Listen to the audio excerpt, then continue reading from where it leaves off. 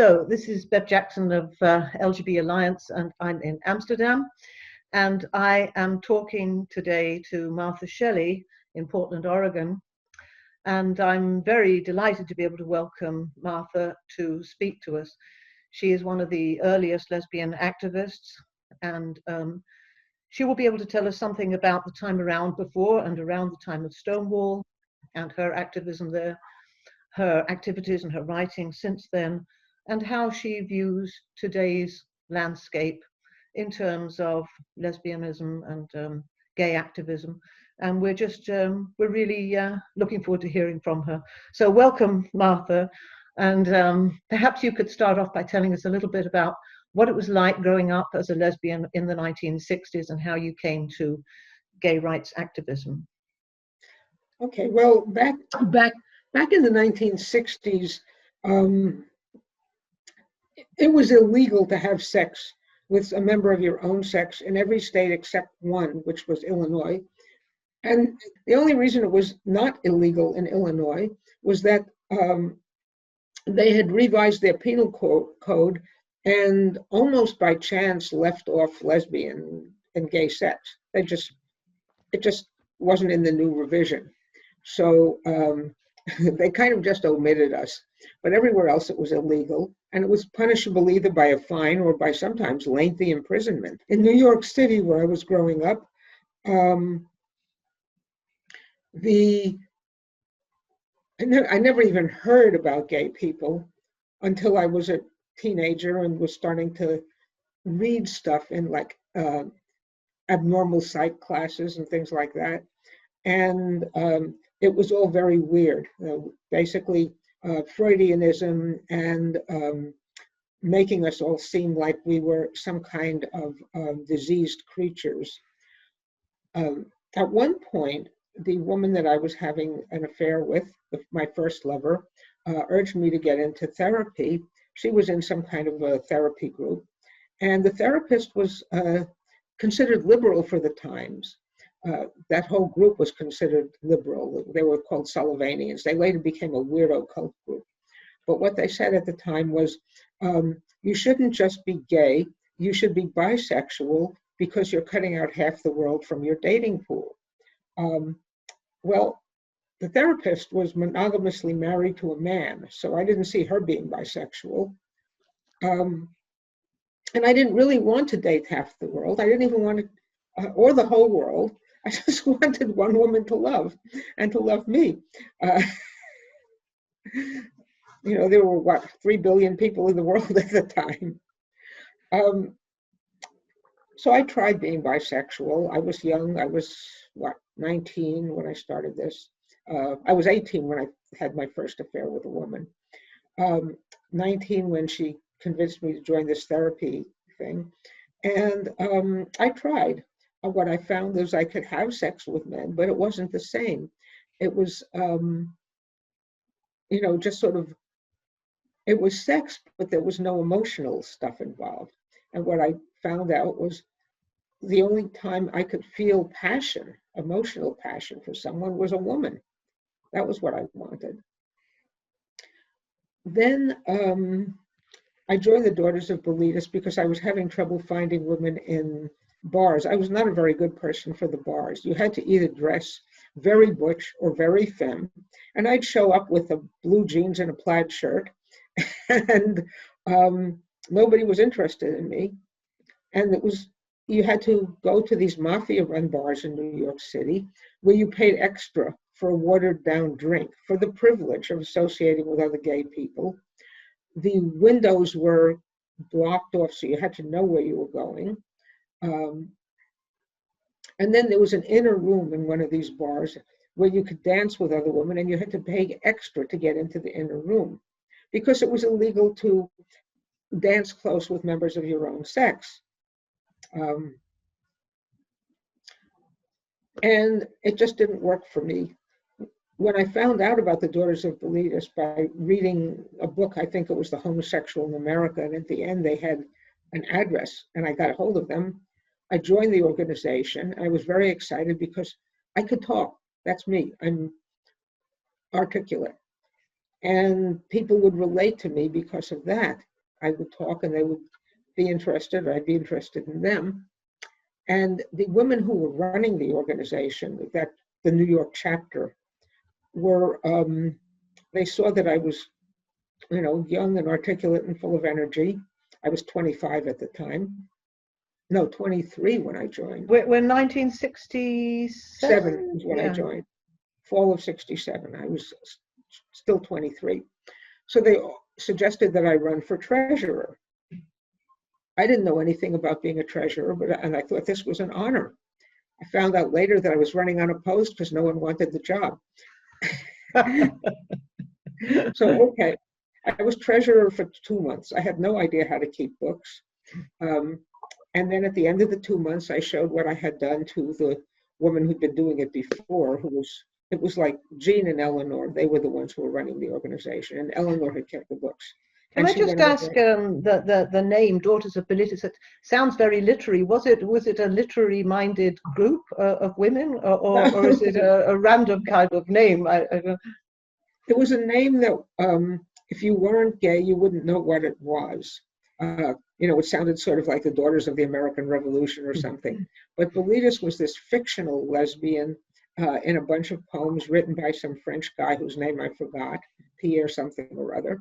And so they picked that because if it had been Daughters of Sappho, everybody would have known what it was and we would have all been in trouble back then.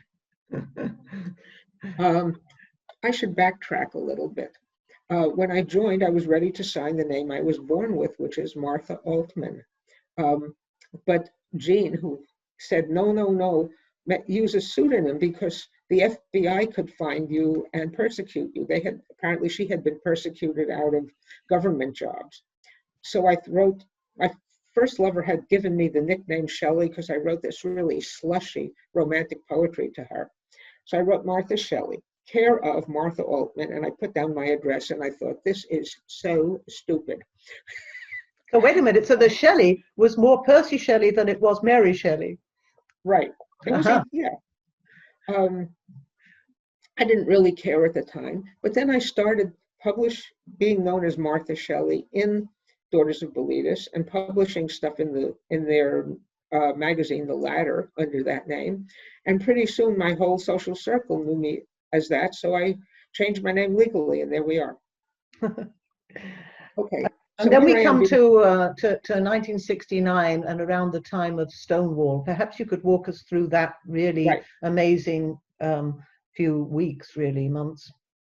Okay, what happened then was, by that time, Jean and Eleanor had figured out that the best thing I was good for was being the public spokesperson for Daughters of Bilitis, because I really wasn't good at the organizational work. So I had been on radio, I had been on TV as a public lesbian. And then these two women came from Boston, and they wanted to start a Daughters of Bilitis chapter there. And I took them for a tour of Greenwich Village. We passed by the Stonewall Inn that night, and there was a riot going on. And the two women were sort of scared, and I said, yeah, it's just a riot. We have them all the time. I thought it was an anti-war riot. I had been in the anti-war demonstrations for years. And when I got home, I went home not thinking anything of it. And then Monday morning, I read about it in the New York Times, that it was a gay riot. And I thought, oh my God. I called Jean and I said, we have to have a protest march. And she said, well, call the head of the men's organization, the Mattachine Society, another name that was supposed to, confuse straight people. And if they want to have a protest march, we will have one. We'll jointly sponsor one. Did you know Fred Sargent at the time? Did you know Fred Sargent? No, I did not. Okay. I knew Craig Rodwell, his partner. All right. Mm-hmm. And I had been in the bookstore more than once. So I called Mattachine, and Dick Leitch, the head of Mattachine, said, come to a special meeting that we're having and propose the march. We'll see what the membership wants. The meeting was at Town Hall, which they had rented for the occasion. It held about 400 people. So there I was, 400 gay guys and me, and I raised my hand and proposed a protest march. Dick said to the membership, what do you think? They all raised their hands in support. It was unanimous. And then he said, those of you who want to,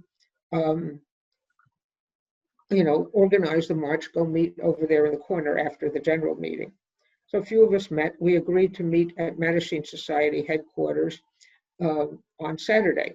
So Saturday night, the riots began. Thursday night was the meeting at Town Hall. The following Saturday, our little group, those who wanted to organize the march, met at Mattachine Society headquarters. It was a warm day in July. We're sitting around drinking beer, and someone said the name Gay Liberation Front. I have no idea who said that. And I got very excited, and I started pounding my hand on the table, yelling, that's it, we're the Gay Liberation Front. Dick Leitch got very upset. He was in the next room. He came running in, thinking that we were going to start an organization that would take away membership from him. And I said, oh no, lying through my teeth. We're just an organizing committee. That's the name of our organizing committee. And of course, I knew right away what we were. We got together. We organized the march. The march happened exactly 1 month after the Stonewall Riots began. And we marched around the village. We ended up in Christopher Park, right across the street from the Stonewall Inn. At that point, there was a little water fountain in the park. That's gone now. They've taken it away. I don't know why. And Marty Robinson of Mattachine Society jumped up and made a speech. Then I jumped up and made a speech. And then at the end of it, I said, looking out at all these faces, okay, that's it. We're not going to start another riot here today. We need to go home in peace. But this is not the end. This is just the beginning. We will be back. Can I just ask you, because I'm so curious, you start off with the Daughters of Bilitis, which is women, and the Mattachine Society is men, and then you decide to combine forces in the Gay Liberation Front. Was there, did you feel that you would be stronger together? Were there any tensions between the men and women? I'm trying to get a sense of what it meant for these two organizations to come together like that. What was that like, that moment of coming together? Okay, there were people in the Mattachine Society, including Dick Leitch, who were really rather misogynist. They did not like women. There were, of course, a lot of women who didn't want to have anything to do with gay men either. But within Daughters of Bilitis and within Mattachine, there were a lot of us, or at least a sufficient number, who were radicals, political radicals, who saw that our best chance of getting anywhere was to be, instead of doing what Mattachine and Daughters of Bilitis were doing, which was so, please, sir, we're just like anybody else. We just want to be nice middle-class Americans and fit into society and not be rejected. There were us radicals who had been in civil rights movement, in the peace movement, and the women's movement, were saying the only way you make any progress is to get out there and yell and scream, demonstrate, have sit-ins, whatever you do. That's the only way to get anywhere, and make alliances with other people who are who feel the same way. Did you make alliances with say, were there transgender people involved, and transsexuals, transvestites? Did they play a great role in this? No, that's bullshit. That's complete bullshit. What happened then, there were people who may have later become transsexual, but at the time, that beginning, they were called themselves transvestites. They were like there were some people who were at the Stonewall who were what they would have called themselves drag queens. There was one woman, Stormy DeLavere, who was like a drag butch, but nobody that we knew was transsexuals. There were a couple of cases like Christine Jorgensen, who had undergone this surgery overseas, but it was not a big thing then, and nobody called themselves that. Later on, I will get to that point later, because there's another story behind this. Okay, so we made alliances. People who were gay within the socialist and other left-wing organizations, who were told to keep their gayness quiet because they didn't want their organizations to be smeared as a bunch of queers, they were in the same boat as us gay people who were radicals, who were told to keep our politics quiet because they didn't want Daughters of Bilitis or Mattachine to be smeared as a bunch of commies. Well, we were the commie pinko queers. That's us, and we got together with the gay people who were in the radical organizations. We joined forces and we formed the Gay Liberation Front, and we started meeting at a place called Alternate U, as in Alternate University or Alternate YOU. There was kind of a warehouse building on East 14th Street, Lower Manhattan, and we'd start having meetings there. And we started putting together a newspaper, which was Come Out newspaper. We started holding dances there. The women decided to hold separate dances because what would happen with the mixed dances is that straight men would come in and pretend to be gay and then start putting their hands on the lesbians. And the gay guys would be staring into each other's arms and not paying any attention whatsoever. So it felt unsafe. Once we started having lesbian dances, that felt a lot better for us. Although one time, a couple of mafia guys came in and were threatening to us because we were taking away the money from their bars. And we didn't back down. We kept doing what we were doing.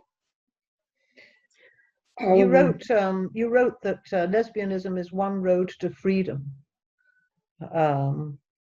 This is something that you felt? Did you describe yourself as a political? I mean, I don't know. Maybe you think labels are foolish, but did you describe yourself as a political lesbian for that reason?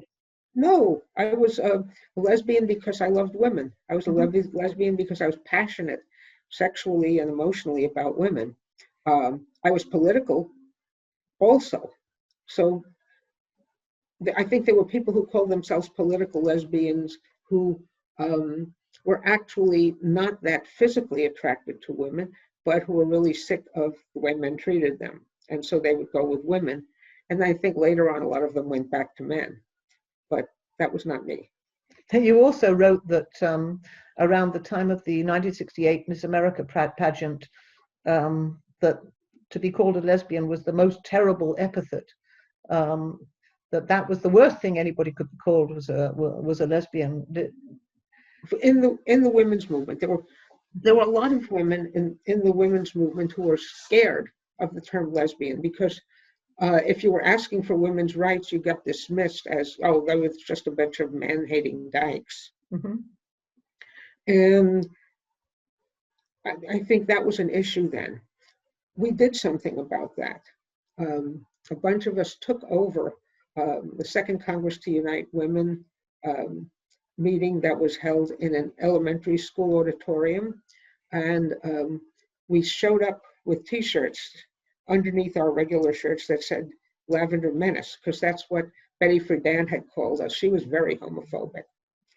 And then one of us went behind the auditorium, doused all the lights, and the auditorium was in pitch black. And then when the lights were turned back on again, we had taken off our outer shirts and were standing there with Lavender Menace T-shirts on. And some of us had put posters on the walls that said things like "Take a lesbian to lunch," "Lavender Jane loves you," just humorous stuff. And I jumped up on the platform, whatever you call it, in the front of the auditorium, and said, to the audience, do you want to continue with the program as it was? Because there was a panel group on the stage. There was a black woman, there was a union woman, there was this woman, but there were no lesbians. Or do you want to hear what we have to say? Put it to the audience, and they all voted they wanted to hear what we had to say. So we talked about what it was being a lesbian, how we were mistreated, and so on. And then the next time the National Organization for Women had a national conference in some other city, they included as part of their platform lesbian rights. It was that kind of action. Going to the Black Panthers, I didn't participate in that, but others did. They had a conference in Philadelphia. A bunch of us went, and they got to change their attitude about gay people.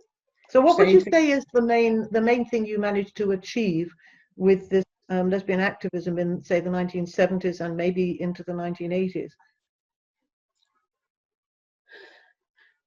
I'm not sure whether I could say the main thing that we got to achieve. First, a lot of pride, individually and collectively. A lot of us were holding our heads up for the first time in public, being out and being proud. So it was a great change psychologically for a lot of us.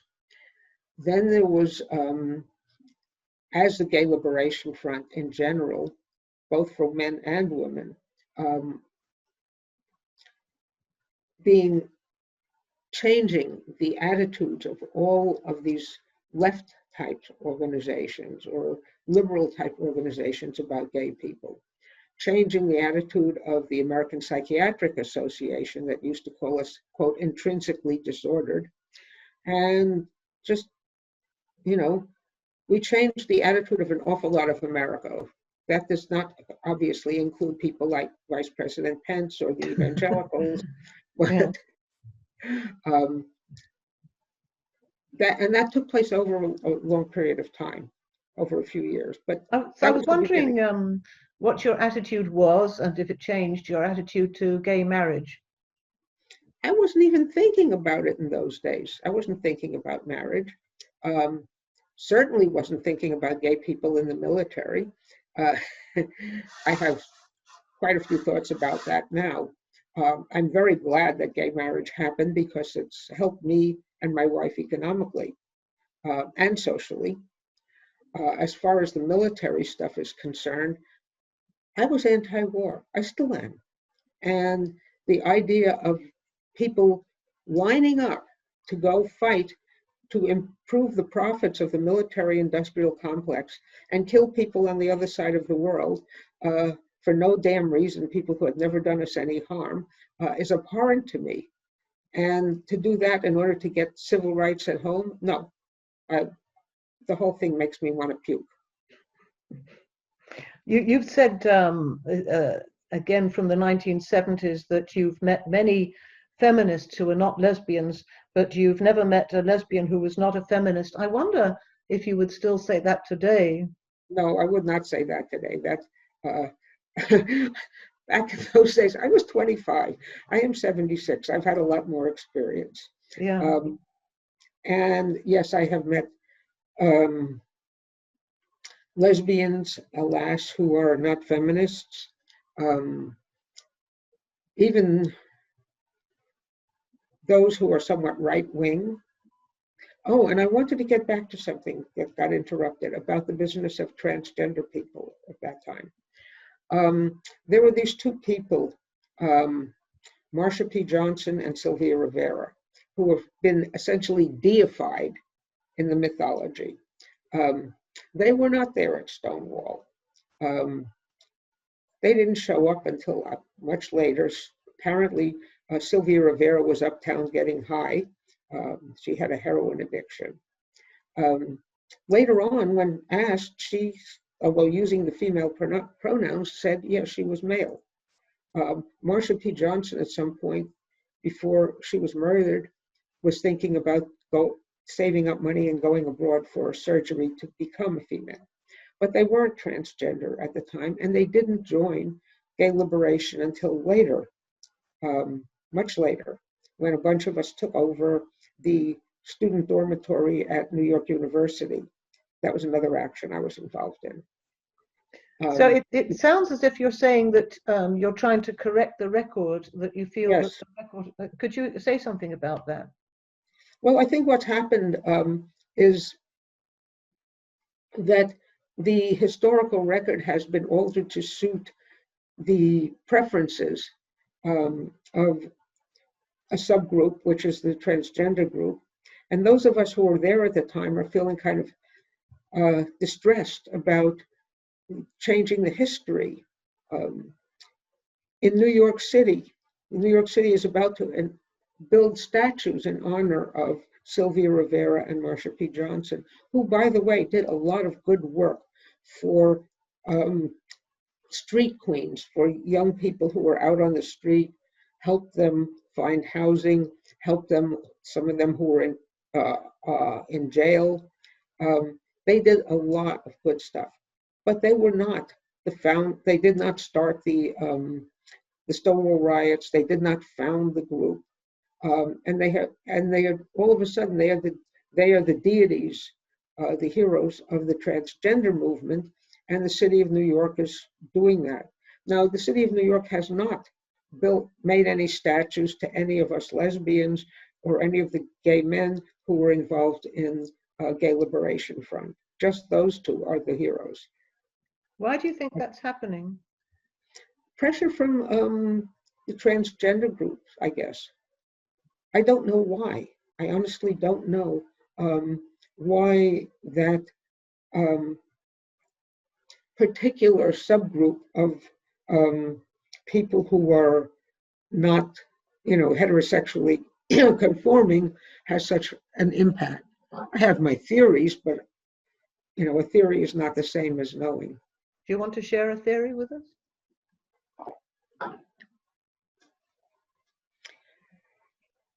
Okay, my part of it is that we're going sort of backwards in terms of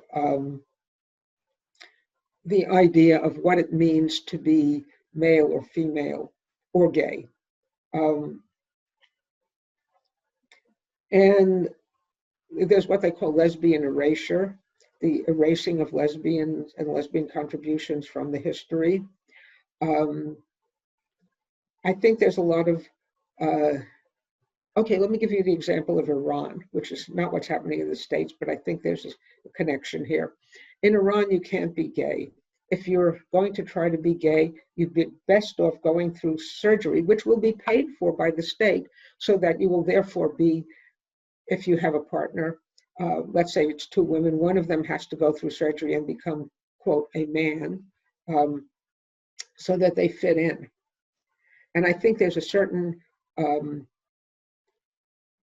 weirdness about it here in this country too, that it's a way of, if you're young and confused about your sexuality, then you can fit in more if you're female and you don't fit into gender stereotypes of female, well, then you must be male and you should undergo these medical treatments to be male. That's my theory. I don't know how accurate it is. I'm not a professional anybody, but then I never have been. Yeah, when you look around and you see gay rights activism today, does it look very different now than it did 50 years ago when we were both gay rights activists? Yeah, because I think we're facing different problems. There's a certain amount of gay rights the young people are talking about this, non-binary stuff and genderqueer stuff, and I am finding that, okay, I'll come out with it. I find some of it hard to swallow. Non-binary, well, amoebas are non-binary. Parameciums are non-binary. Human beings come in male and female. There are some people who are genetically sort of a little weird, what they call hermaphroditic, but those are such a small minority of medical differences. So if you tell me that you're not, you're non-binary, you're not male or female, what does that mean? It certainly doesn't mean anything biologically, and I'm old-fashioned enough to be into the sciences, and I was a science high school. I went to Bronx High School of Science. I'm kind of a nerd that way, and interested in medical stuff. I can't see that as human beings being, quote, non-binary. How we are attracted to other people is another story. And I don't see people as having, quote, male brains and female brains. To me, that's a bunch of nonsense. There's no scientific background for any of that. You've said also to the radical lesbian that we can no longer afford to fight for everyone else. You said that a long time ago. I wonder if you feel that that applies today, that lesbians should be fighting for lesbianism or for gay rights, or rather than more widely for other causes. How do you see that? I find that more complicated today than I did when I was younger. I think we need to keep fighting for lesbian rights, for women's rights. We also have to deal with, in this country at least, tremendous racism that's not getting better, it's getting worse. And for me, the overriding problem, the overriding issue of the time, beyond our gay rights, women's rights, anything, is climate change. Because if we have a burnt up planet, none of our rights is going to mean anything. And I'm watching this day by day. I used to be able to drive my car across the country and have to stop and wipe the windshield off with splattered bugs. Now I can drive across the country and not have to do that because we've killed off the bugs. We've killed off a third of the birds. What's going to happen to the world? That's number one. Number two, now we have this plague to deal with, but we've had plagues in the past, like the Spanish flu epidemic. And so that's like to me, that's a temporary disaster that we all have to deal with right now. But before that happened, for me, one of the big issues, second to climate change and connected to it, of course, is the economic inequality. In this country, 3 individuals own as much as half of the rest of the nation, which means they control the whole show. And your rights mean nothing if your rights as a gay person. If you have to live on the street because you can't, or out of your car because you can't afford to pay rent, or if you have to work 3 jobs in order to pay the rent and have some leftover for food. And I see that happening around me all the time. The purchasing power of people in this country has gone down, down, down since I was a kid. And we have homeless encampments everywhere. Our rights are nothing if we're too poor to do anything. That we still have to fight for lesbian rights, which are being denied, erased, and so on in this country and elsewhere, I imagine. So that it's not that those things go away, but that those other issues are extreme high priorities for our survival. You're a chief rebel yourself, aren't you? You've always thought of yourself as a rebel. Is that correct? A rebel, outlaw, sure. Yeah. Yes. And starting from middle school. Is that how you'd like to be remembered, as a rebel? I don't care how I'm remembered. Someone has asked me that before, and I said, when I'm dead, I don't care. I will not care how I'm remembered. What I care about is, what can I do now to make this a better world? What can I do now to help us all survive the current situation? Well, what I'd like you to do now, to end our talk, is to give some words of advice to young lesbians growing up today in this dangerous world that we're living through. The first thing is, you're going to be afraid, but you can't let fear stop you. The times that I have been afraid, like when we organized that first little march around Greenwich Village, I had, in my previous job, had a poster of Martin Luther King above my desk. And there were a couple of times when I was scared, and I couldn't back down, because even though I know what happened to him, I thought, he didn't back down, I will not back down. And that's the most important thing. Second is read and learn, because when I was young, there was a lot, obviously I said things and didn't know things, but I had a mentor, an older woman who had been very involved in politics and had saved people's lives during 2 wars. She was from Europe, originally English. And she taught me to read the history, to learn. And it's very important to have that perspective. I'm going to quote something from Barbara Tuchman, the historian. which I still remember. She said, people think that their leaders, that is the presidents, kings, and so on, are wiser than they are. And she says that's usually not the case. It's usually the opposite, because they surround themselves with yes men and ass lickers. And so all they hear is anybody who agrees with them. And they end up leading their nations to disaster. It's very important not to trust the leadership, but to think for yourself. So they have to be fearless, to learn, and not trust their leaders. And those are the words we'd like to leave us with. Well, I think there's some powerful messages. So I think those are 3 very powerful messages to end on. And I just want to say how very grateful I am that you've given us your time. And thank you. Thank you very much. Bye-bye. Thank you. Bye. Thank you.